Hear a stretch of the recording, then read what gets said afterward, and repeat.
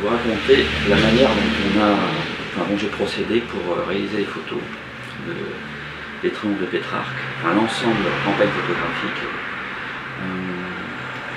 Voilà, simplement, voilà, en général, je photographe plutôt de reportages, dans la rue, des choses différentes où il y a photographie des personnes, leur destin, leur âme, tout ce qui se passe en fait, au cœur des choses finalement. Sauf que lorsqu'on rentre dans une église, tout est différent. La notion de cœur existe aussi, mais avec un autre rapport. Simplement, quand on rentre dans une église et quand on voit tous ces chefs-d'œuvre, on se demande comment on va les photographier pour respecter au mieux, en s'approchant un peu comme les symptôtes, de l'œuvre originale. Donc, on a décidé, pour être au niveau des images, des photos, des vitraux, de prendre un échafaudage, ce qui est évident. Sinon, il y a des problèmes de parallaxe et on n'est pas en phase, donc il y a une déformation. C'est technique et esthétique. Donc, comme on avait plusieurs vitraux à faire par église, il fallait trouver un échafaudage léger. Donc, on a trouvé en aluminium, mais qui dit aluminium dit effectivement léger, et ça induit des vibrations. C'est-à-dire que quand on est à 4 mètres ou 5 mètres de haut sur cet échafaudage-là, même quand vous ne bougez pas, votre influx sanguin, les battements de votre cœur, provoquent une série de vibrations qui, cumulées, provoquent un balancement.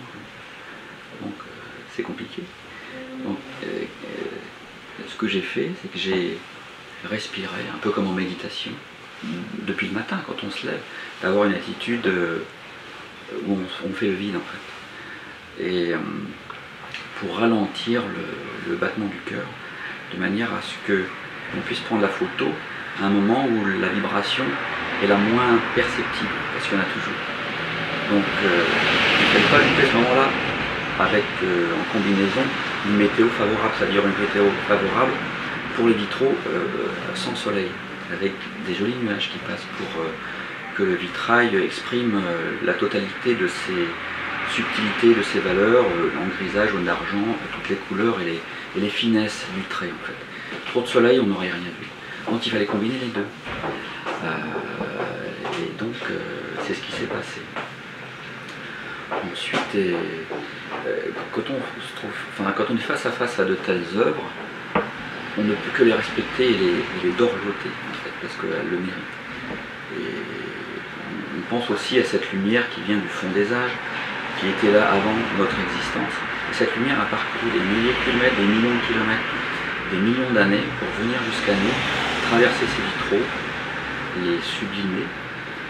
Et on nous demande toujours où on continue la lumière, on continue le chemin de lumière en fait.